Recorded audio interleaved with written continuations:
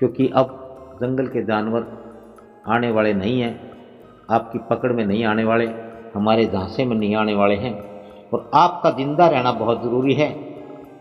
आप भूख से मरे तो हम पर इससे बड़ी कोई और लानत क्या हो सकती है।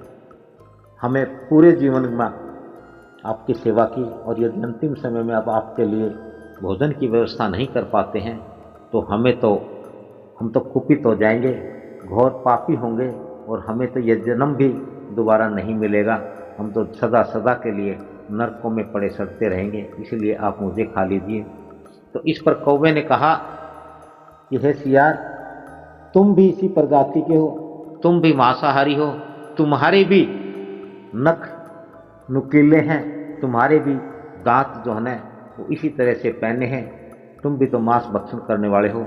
जितना पाप राजा को बाघ को खाने में लगेगा, बाघ को मारने में लगेगा, उतना ही तुम्हें लगेगा। इससे भी तो राजा का जीवन नष्ट होता है, राजा को घोर पाप लगता है। तो क्यों ना हम उस ऊंट के ऊपर विचार करें। तो इस पर राजा ने फिर घुड़क दिया। तो कहने लगे कि नहीं राजन, हम उसको मारने की बात नहीं कर रहे। यदि ऊंट स्वयं आपके सामने ये प्रस्ताव रखे, क्योंकि उसने भी आपका नमक खाया है, वह भी आपके अबेदान से यहाँ रहा है, उसने भी तो खूबसूरत जीवन जिया है।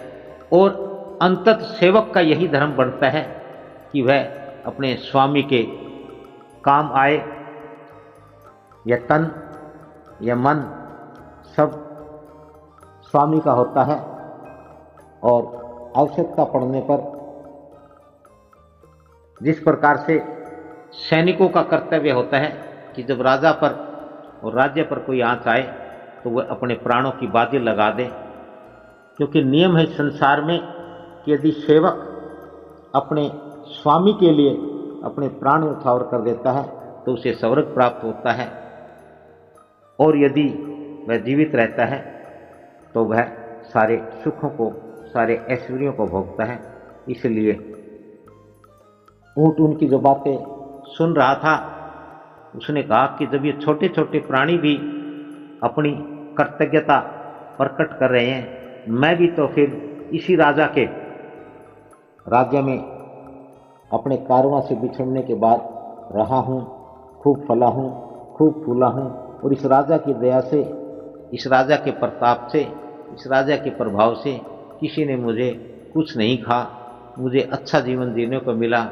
तो क्यों न अंतिम समय में मैं भी अपना ये प्रस्ताव रखूं, और यदि मैं राजा के काम आ जाऊं तो मेरा जीवन भी सफल हो जाएगा, धन्य हो जाएगा।